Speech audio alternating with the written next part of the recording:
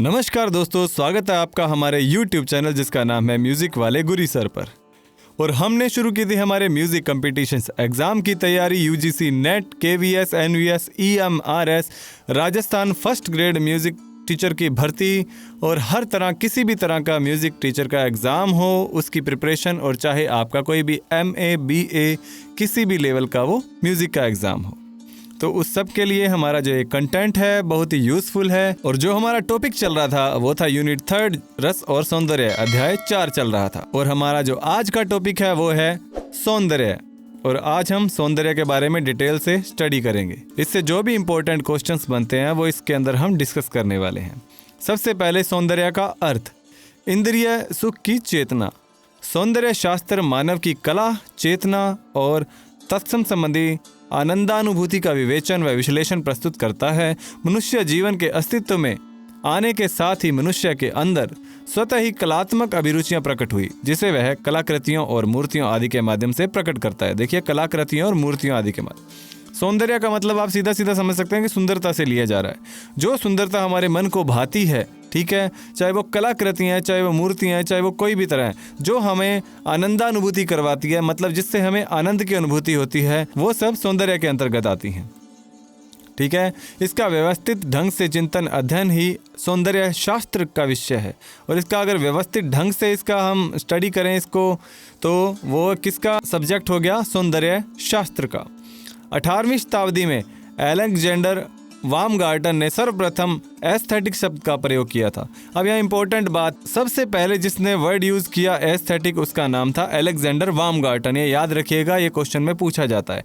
Aesthetic Greek भाषा का शब्द है जिसे हिंदी में सौंदर्य शास्त्र कहा जाता है। कौन सी भाषा का है ये? ग्रीक भाषा का। प्रारंभ में सौंदर्य शास्त्र का प्रयोग दर्शन शास्त्र की एक शाखा के रूप में किया जाता था। किसकी शाखा थी ये? दर्शन शास्त्र।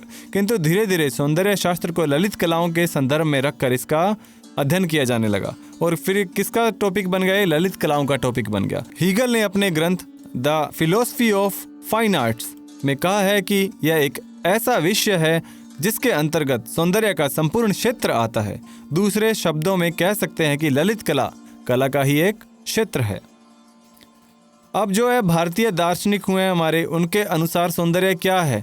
देखिए, इसमें काफ़ी उन्होंने डेफिनेशंस भी दिए हैं, और डेफिनेशंस पे आप देखते हो तो क्वेश्चन आते हैं 2-4, तो क्वेश्चंस पूछे जाते हैं, 2-4 क्वेश्चन आते हैं, उनको हम करेक्ट कर सकते हैं। मैंने ज़्यादा डेफिनेशंस नहीं ली हैं इसके अंदर, तो बढ़ते हैं इसमें। भारत में सौंदर्य तत्व की व्याख्या में प्राचीन परंपरा समृद्ध रही है। प्राचीन ग्रंथों में सौंदर्य को चारुत्व, अब यहाँ नाम दिए गए हैं, ये ध्यान रखने हैं। सौंदर्य को प्राचीन ग्रंथों में क्या कहा गया? चारुत्व, रमणीयता, शोभा, कांति, चमत्कार, वैचित्र्य आदि नामों से जाना जाता था। ये नाम याद रखने हैं आपने। उपनिषदों में सत्यम शिवम सुंदरम, भारतीय संस्कृति का जो मूल आदर्श जिसको माना गया वो क्या है?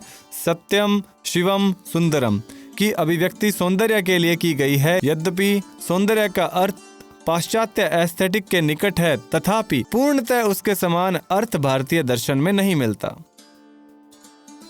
सौंदर्य शास्त्र को लालित्य शास्त्र या एस्थेटिक के पर्यायवाची के रूप में प्रयोग किया गया है। यदि कोई वस्तु या कला हमें भौतिक या मानसिक रूप से इंद्रिय सुख अनुभव कराती है तो यह सौंदर्य की वस्तु है या कला है।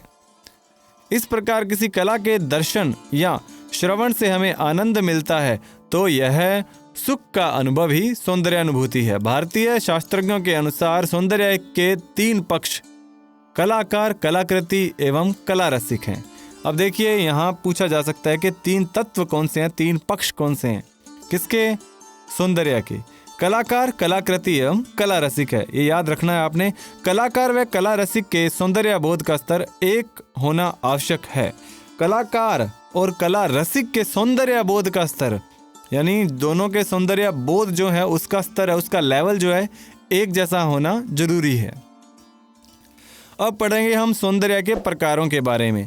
देखिए, भारतीय विद्वानों के अनुसार सौंदर्य 2 प्रकार का है, बाह्य सौंदर्य और आंतरिक सौंदर्य। बाह्य सौंदर्य ऐसे सौंदर्य जिससे हमारी इंद्रियों को सुख की अनुभूति होती है या सुख मिलता है, उसे बाह्य सौंदर्य कहते हैं, यानी जिसको देखकर हम खुशी या सुख महसूस करें।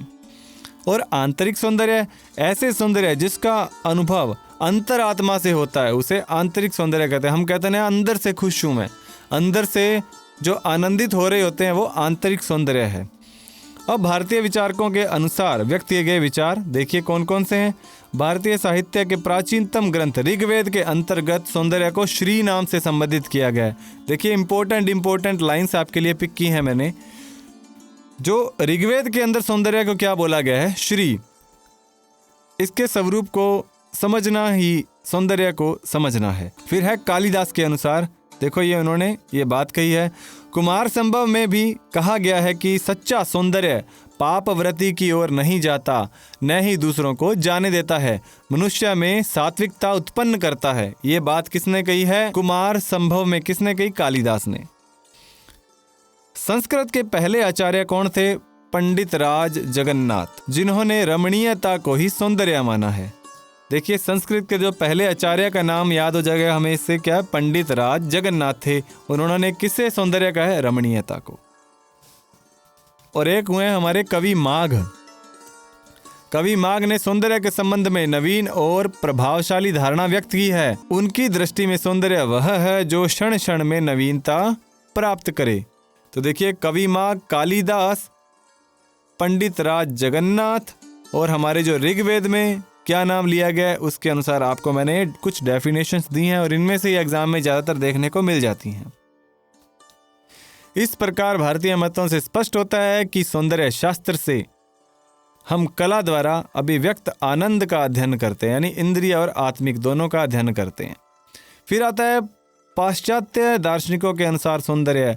अब यहाँ इम्पोर्टेंट बात है, यहाँ कुछ एक इम्पोर्टेंट मनोवैज्ञानिक जो हैं उनका नाम यहाँ पे मैंने लिया है और इसी की डेफिनेशंस आपको पक्का एक आधी एग्जाम में दिखेगी। पश्चिम में सौंदर्य शास्त्र का चिंतन वामगार्टन से माना जाता है। अब सबसे पहले किससे शुरू हुआ है? वामगार्टन से।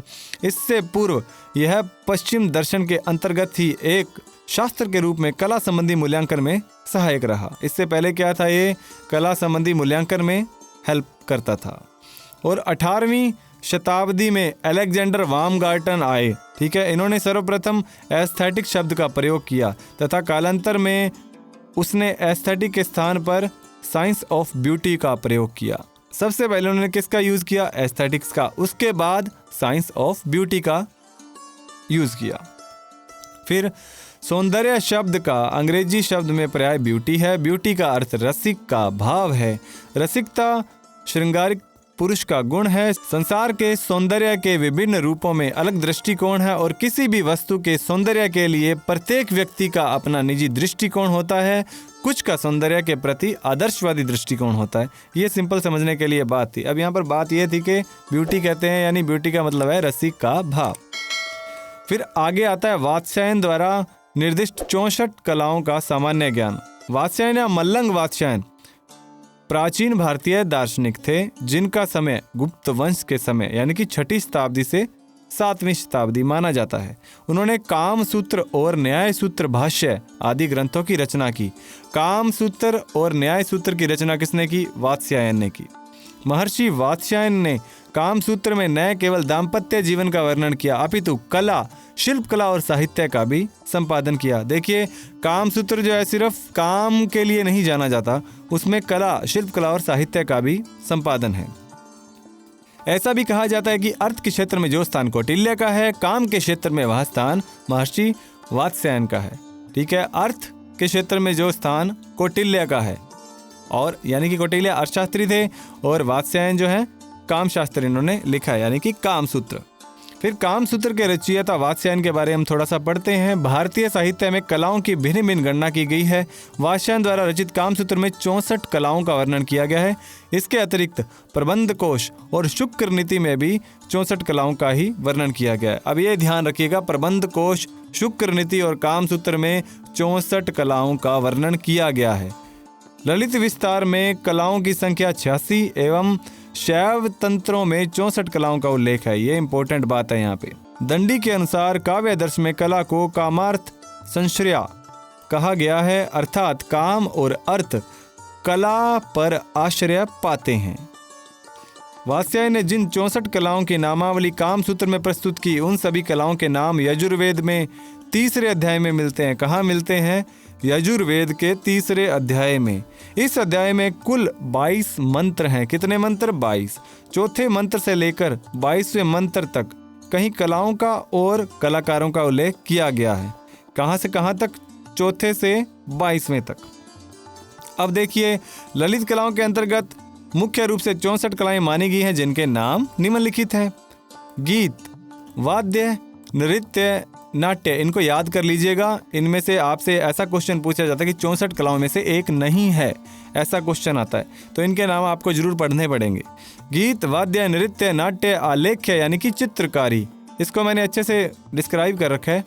विशेष कच्छेद्य यानी कि ललाट पर तिलक लगाना, चावल और फूलों का चौक बनाना, फूलों की सेज सजाना, दांतों, कपड़ों और अंगों को रंगना। देखिए, मैं इसकी PDF आपको जो है टेलीग्राम का चैनल है उसमें दे दूंगा, उसको आप अच्छे से इसमें रीड कर लीजिएगा। ये 64 की 64 कलाएं, ठीक है। घर सजाना, श्यान रचना, वाद्य बजाना, गुलाब जल आदि छिड़कना, जवान को बूढ़ा, बूढ़े को जवान बनाना, माला गूंथना, सिर पर फूल सजाना, वस्त्र भूषण आदि पहनना, कर्ण फूल आदि बनाना, इत्र बनाना। देखिए, ये नाम भी आपको याद करने आगे वाले, ठीक है। भूषण योज्य, इंद्रजाल, कुरूप को सुंदर बनाने का उपटन आदि तैयार करना यानी कि कोचुमार योग। हस्तलाघव, तरह तरह के शाक पकवान आदि बनाना, शरबत आसवादी बनाना, सोने का काम, बेल बूटे काटना, प्रहेलिका, प्रतिमाला, कठिन पदों का अर्थ करना, पुस्तक वाचन, नाट्य देखना या दिखलाना, समस्या पूर्ति, नेवार, बांध आदि से चारपाई बुनना, तुर्क कर्म, तक्षण, वास्तुविद्या, रूप्य रत्न परीक्षा, धातुवाद, रत्नों के रंग जानना, खानों की विद्या, वृक्षायुर्वेद योग, मेष कुकुट लावक युद्ध विधि, शुक्र सारिका प्रलापन, फिर उबटन लगाना, केस मार्जन कौशल, उंगलियों से संकेत बोलना, विदेशी भाषाएं जानना, देश भाषा ज्ञान, देवी लक्षण देखकर भविष्य कथन, यंत्र बनाना, स्मरण बढ़ाना, किसी के कुछ पढ़ने पर उसी प्रकार पढ़ देना,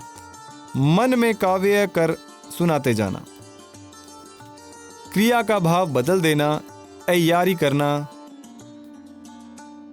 अभिधान, कोश छंदो ज्ञान, वस्त्र गोपन, छूत विशेष, आकर्षण क्रीड़ा, बाल क्रीड़ा क्रम, विनय और शिष्टाचार, वैज्ञिकी विद्या ज्ञान, वैतालिकी विद्या ज्ञान। ये 64 कलाएं हैं। इनके नाम देखिए, जो संस्कृत में दिए गए हैं वो भी पढ़ लेना और जो हिंदी में वो भी पढ़ लेना आप। इनमें से एक पक्का आपको एग्जाम में दिखाई देता है। मानवीय सभ्यता के साथ ही विभिन्न प्रकार की कलाओं का विकास भी हुआ। 64 कलाओं में संगीत कला, चित्रकला और काव्य कला विशेष महत्व रखती है। इनमें भी संगीत कला अत्यधिक प्रभावशाली कला है। मनुष्य के हृदय के अंदर स्थित भावों को जगाने में संगीत जितना सक्षम है, उतनी और कोई भी विधा नहीं है। जो कुछ चित्र कहने में अक्षम होते हैं वह काव्य या भाषा से समझा जा सकता है, और जिन भावों को प्रदर्शित करने में भाषा भी असमर्थ होती है उन्हें संगीत के द्वारा आसानी से समझा जा सकता है। एक वो डायलॉग सा बोला जाता है ना, where words fails music speaks, मतलब जहाँ पर शब्द जो हैं फेल हो जाते हैं वहाँ पर संगीत बोलता है। लॉटरी खुलने की प्रसन्नता न भाषा से प्रकट की जा सकता है और न ही चित्र से। उसकी अभिव्यक्ति नाचने, कूदने और उन्माद गान से संभव है। इसी प्रकार पुत्र शोक, प्रिय विछोह, समर्पण भाव इत्यादि सिर्फ और सिर्फ संगीत के द्वारा ही शीघ्र रूप से प्रकट किया जाता है। अब देखिए, अगर आपकी लॉटरी लग जाए, कोई आपको बोल दे कि आपकी 5 करोड़ की लॉटरी लग गई है, तो आप उसको शब्दों में बयान नहीं कर सकते। आप बिल्कुल उस बात को सुनते हुए पहले तो आप अचंभा करेंगे, उसके बाद उसको नाच गाकर, कूद कर ऐसे एक दूसरे के साथ साझा करोगे जिससे अगले को दिखता है कि कितना खुश है। और इसी तरह अगर किसी के पुत्र का निधन हो जाए या किसी पारिवारिक सदस्य का निधन हो जाए तो उसको वो बोलकर नहीं बता सकता, हम उसे देख के बता सकते कितना दुखी है। तो ये जो भाव हैं इनको बोलकर व्यक्त करने से ज़्यादा क्या है, इनको संगीत के या नाचने कूदने से रोकर इस तरह दिखाया जा सकता है। ललित कला के लिए आवश्यक है कि उसमें सौंदर्य, माधुर्य, सहजता, सरलता, प्रभाव आदि है। व्यात्मकता लालित्य का सर्वप्रथम गुण है। संगीत, काव्य और चित्रकला में भी सभी गुण सामान्य रूप से पाए जाते हैं। कुछ विद्वानों ने इन तीनों कलाओं को एक समान माना है, जबकि अधिकांश विद्वानों के मतानुसार संगीत सर्वश्रेष्ठ कला है। कौन सी? संगीत। ये ध्यान रखिएगा कि जो संगीत है वो सर्वश्रेष्ठ कला है। ललित कलाओं के अंतर संबंध। अब देखिए, संपूर्ण मैं आपको कुछ जो ललित कलाएं हैं उनके बारे में डिस्क्राइब करूंगा आगे। संपूर्ण कलाओं में एक मूलभूत अंतर संबंध रहता है। चित्र मूर्तिकला का संबंध नृत्य के साथ है और नृत्य का संगीत तथा नाट्य काव्य के साथ। भारतीय सौंदर्य शास्त्र का वास्तविक एवं विकसित रूप काव्य शास्त्र में ही उपलब्ध होता है। यह एक ऐसा विषय है जिसके अंतर्गत सौंदर्य का संपूर्ण क्षेत्र आ जाता है एवं यह एक दूसरे से कहीं न कहीं अंतर संबंध रखते हैं। स्पष्ट रूप से कहें तो इनका क्षेत्र कला का, यहाँ कहना चाहिए कि ललित कला का क्षेत्र है। इनका क्षेत्र कला का है या फिर ललित कला का क्षेत्र है। अब आगे देखिए, कला का जो शाब्दिक अर्थ है किसी वस्तु का छोटा अंश। कला धातु से ध्वनि व शब्द का बोध होता है। ध्वनि से आशय है अव्यक्त से व्यक्त की ओर उन्मुख होना। कलाकार भी अपने अव्यक्त भावों को विभिन्न माध्यम से व्यक्त करता है। कला की व्युत्पत्ति इस प्रकार कर सकते हैं। कला यानी कि क। अब देखिए, कला का जो टुकड़ों में बांट के देखते हैं। क से कामदेव, सौंदर्य, हर्ष व उल्लास, और ला यानी कि देना, कलांति दयातिथि कला, अर्थात सौंदर्य की अभिव्यक्ति द्वारा सुख प्रदान करने वाली वस्तु ही कला है। आधुनिक कला में कलाओं का वर्गीकरण दो बिंदुओं पर किया गया है, यानी कि उपयोगी कला और ललित कला। उपयोगी कला का संबंध हमारी भौतिक आवश्यकताओं की पूर्ति से।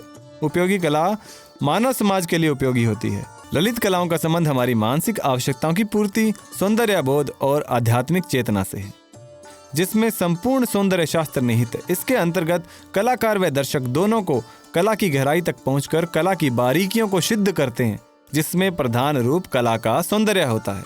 प्रधान रूप क्या होता है? कला का सौंदर्य। ललित कला सौंदर्य प्रधान होती है। ललित कलाओं का उल्लेख प्राचीन भारतीय साहित्य में कहीं भी उपलब्ध नहीं है, अतः ललित कला का नामकरण पाश्चात्य विद्वानों की देन है। किनकी देन है? पाश्चात्य विद्वानों की। ये ध्यान रखिएगा। पाश्चात्य विद्वानों ने ललित कला के अंतर्गत 5 कलाएं मानी हैं। कौन सी? स्थापत्य, मूर्ति चित्र, संगीत एवं काव्य कला। इसमें काव्य कला अर्थ प्रदान, संगीत कला ध्वनि प्रदान और अन्य कलाएं रूप प्रदान है। परंतु इन सभी कलाओं में भारतीय कलाकारों का पूर्ण योगदान रहा, जिन्होंने अर्थ प्रधान काव्य में रस उत्पन्न किया, ध्वनि प्रधान संगीत को मधुरता दी व रूप प्रधान कलाओं को पुनर्जीवित किया। तो यहाँ ये बात आप समझ गए होंगे। कुछ विद्वानों के अनुसार ललित कलाओं का जो वर्गीकरण है वो देखिए क्या है। ललित कलाओं के अंतर्गत हीगल द्वारा 5 प्रकार बताए गए। अब यहाँ ये इंपॉर्टेंट बात है, हीगल ने कितने माने या किसी और ने कितने माने, ये पूछा जाएगा आपसे। ललित कलाओं के अंतर्गत हीगल द्वारा 5 प्रकार की कलाओं को सर्वसम्मति से मान्यता दी, जो निम्न है। वास्तुकला, मूर्तिकला, चित्रकला, संगीत कला व काव्य कला, जो जीवन में कला के महत्व को बताती हैं। वह प्रत्येक कला का अपना अपना महत्व है। देखिए, हीगल ने सौंदर्य शास्त्र को ललित कला के दर्शन के नाम से अभिहित किया। उनके अनुसार नैसर्गिक अथवा कलात्मक सभी प्रकार का सौंदर्य मानवीय मस्तिष्क की उपज है। बोसा ने अभिव्यक्ति के आधार पर कलाओं को निम्न भागों में विभाजित किया। रूप की कला, यानी कि जो रूप की कलाएं हैं वो चित्र, मूर्ति एवं वास्तुकलाएं हैं। स्वरों की कला संगीत कला को बताया गया और गति की कला नृत्य कला को बताया। बोसा ने 3 प्रकार में विभाजित किया, याद रखिएगा। फिर आते हैं जॉर्ज सांतायन। जॉर्ज सांतायन ने कलाओं का वर्गीकरण 2 प्रकार से किया, ऑर्गेनिक और ऑटोमेटिक। ऑर्गेनिक जिनकी अभिव्यक्ति बाह्य साधनों पर आधारित होती है, और ऑटोमेटिक जिनकी अभिव्यक्ति सहज रूप से होती है। जॉर्ज सांतायन ने कितने प्रकार माने? 2, और बोसा ने 3। फिर आगे अरस्तु ने उद्देश्य की दृष्टि से निम्नानुसार भेद दिए हैं: आचरण विषयक कला, ललित कला और उदार कला। अरस्तु ने 3 प्रकार माने हैं, किसके? उद्देश्यों की दृष्टि से। अब देखिए, ललित कलाओं में सभी कलाओं का मिश्रण है, या यूं कहें सभी कलाओं का एक जोड़ है ललित कला। केवल एक कला से कलाओं की पूर्ति नहीं होती, कलाओं का सामंजस्य ही ललित कला है। इन कलाओं से मनुष्य के उद्देश्यों की पूर्ति तो होती है, साथ साथ आनंददायक भी है। कला कोई भी हो, चाहे उनका ललित कलाओं से अंतर संबंध हो या इनसे भिन्न हो, सभी में मनुष्य की आंतरिक अभिव्यक्ति का अनुभव होता है। आगे बढ़ते हैं, पहली कला के बारे में पढ़ते हैं, चित्रकला। चित्रकला भी ललित कलाओं में अपनी विशिष्टता को बनाए हुए है। चित्रकला मानव समाज की उपकारिणी है। यह मानव का विनोद भी करती है और अर्थ भी देती है तथा मन को शांति भी। यह कला भी भारत के प्राचीन काल से निरंतर चली आ रही है।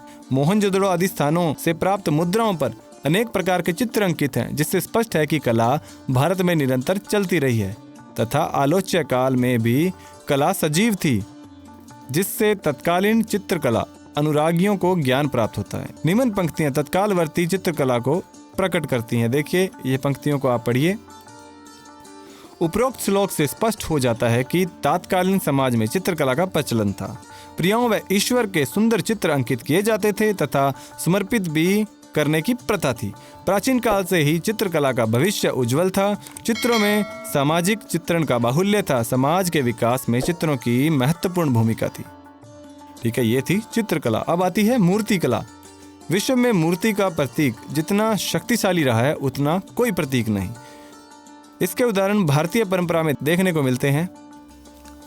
भारतीय कला की अभिव्यक्ति मुख्यतः मंदिरों, मूर्तियों व चित्रों के रूप में हुई, जिनमें भारतीय मनीषियों का गहन और सामूहिक चिंतन सर्वत्र मूर्त रूप से अभिव्यक्त हुआ है। मूर्तिकला की भी ललित कलाओं में महत्वपूर्ण भूमिका रही है। भारतीय मूर्तिकला की सबसे बड़ी विशेषता यह रही है कि मूर्तियों के निर्माण में विभिन्न प्रकार के द्रव्यों, धातुओं और रत्नों का उपयोग होता है। इस दृष्टि से भारत की द्रव्यजा और चित्रजा मूर्तियों की कला का संसार की मूर्तिकला के इतिहास में अद्वितीय स्थान है। ये थी मूर्तिकला। अब आती है जी वास्तुकला। सौंदर्य शास्त्र की भारतीय परंपरा में सिंधु घाटी सभ्यता, नगरीय संस्कृति यानी कि हड़प्पा संस्कृति, वैदिक काल, गुप्त काल, मध्यकाल तथा कला सौंदर्य चरमोत्कर्ष पर रहा है। हड़प्पा संस्कृति में भी वास्तुकला के कई उदाहरण देखने को मिलते हैं। सुविधा युक्त आवास, अन्न भंडार, स्नानागार आदि प्राप्त अवशेष इस बात के प्रमाण है कि हड़प्पा संस्कृति में वास्तुकला अपने उत्कर्ष पर थी। इस युग में चित्रण कला के साथ साथ वास्तुकला भी पर्याप्त उन्नत थी और इस सभ्यता में से कलाकारों को नई प्रेरणा मिली, जिससे उनकी कृतियों में और उनके विचारों में बदलाव देखने को मिला। देखिए, जब हम इतिहास के बारे में पढ़ते हैं, इतिहास को पढ़ते हैं, तो उसमें क्या है, हमें कुछ सभ्यताएं पढ़ते हैं। सभ्यताओं में बताया गया कि बड़े बड़े अन्नागार, स्नानागार मिले, तो ये सब क्या वास्तुकला का ही तो नमूना है। वास्तुकला के उदाहरण मध्यकालीन काल में भी प्राप्त हुए हैं, जिनमें महाबलीपुरम, वृद्धेश्वर मंदिर तंजौर, भुवनेश्वर का लिंगराज मंदिर, कोणार्क का सूर्य मंदिर, खजुराहो, माउंट आबू के जैन मंदिर प्रमुख हैं। इन स्थापत्यों में कलाकार ने अपनी सहज भावनाओं को मूर्त रूप प्रदान किया है। खजुराहो के जैन और हिंदू मंदिर भारतीय शिल्पकला के विशिष्ट नमूने हैं। यहाँ से प्राप्त अनेक लेखों में से केवल 12 मूर्ति लेख हैं। कला में विभिन्नता हमें भारतीय कला में ही मिलती है, क्योंकि यहाँ विभिन्न स्थानों से आए कलाकारों ने आश्रय लिया। अपनी कलात्मक अभिव्यक्ति का प्रदर्शन करने में लग गए। महाकवि वाल्मीकि कृत रामायण में सौंदर्यानुभूति और उनकी अभिव्यक्ति ही विशिष्ट है। इसमें प्राकृतिक एवं नारी सौंदर्य का उल्लेख है व वास्तुकला का भी रामायण में पर्याप्त उल्लेख मिलता है। 600 से 200 ईस्वी पूर्व वात्स्यायनकृत कामसूत्र एक प्रकार से समस्त कलाओं का एक विश्वकोशात्मक ग्रंथ है। माना जाता है कि कलाओं का वर्णन सर्वप्रथम कामसूत्र में ही क्रमबद्ध रूप से मिलता है।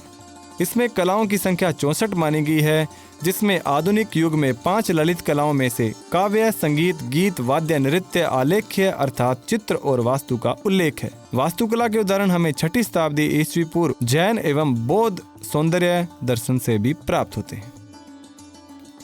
अब आगे आती है जी संगीत कला। संगीत एक ललित कला है, अर्थात सुंदर और मनोहर। संगीत का न मोह्यतु, अर्थात संगीत से कौन मोहित नहीं होता। 5 ललित कलाओं में से संगीत ही एक ऐसी कला है जिसे किसी बाह्य साधनों एवं उपकरणों की आवश्यकता नहीं रहती। संगीत भी मनुष्य के आनंद से जुड़े हैं, जिसे अनुभूत कर वह अपनी अभिव्यक्ति व्यक्त करता है। शोपेनहावर के अनुसार केवल संगीत ही एक ऐसी कला है जो श्रोताओं से सीधा संबंध रखती है। इसे किसी भी अन्य माध्यम की आवश्यकता नहीं होती। संगीत कला ललित कलाओं में एक प्रमुख स्थान बनाए हुए है। चिरकाल से ही भारतीय कला का एक जीता जागता साधन है। संगीत नामक कला प्राचीन काल से ही चली आ रही है, क्योंकि सामवेद केवल संगीत काल का ही वर्णन करता है। गंधर्व वंदना ऋग्वेद इसके अंग के रूप में संसार में प्रसिद्ध है। सामवेद स्तुतियों में संगीत कला का आदितम शास्त्रीय रूप दृष्टिगोचर होता है। समाज के साथ इसका गहरा संबंध है, जिसके उदाहरण पूजा अर्चना नृत्य गीत आदि में देखने को मिलते हैं। तो ये थी संगीत कला। बढ़ते हैं काव्य कला की ओर।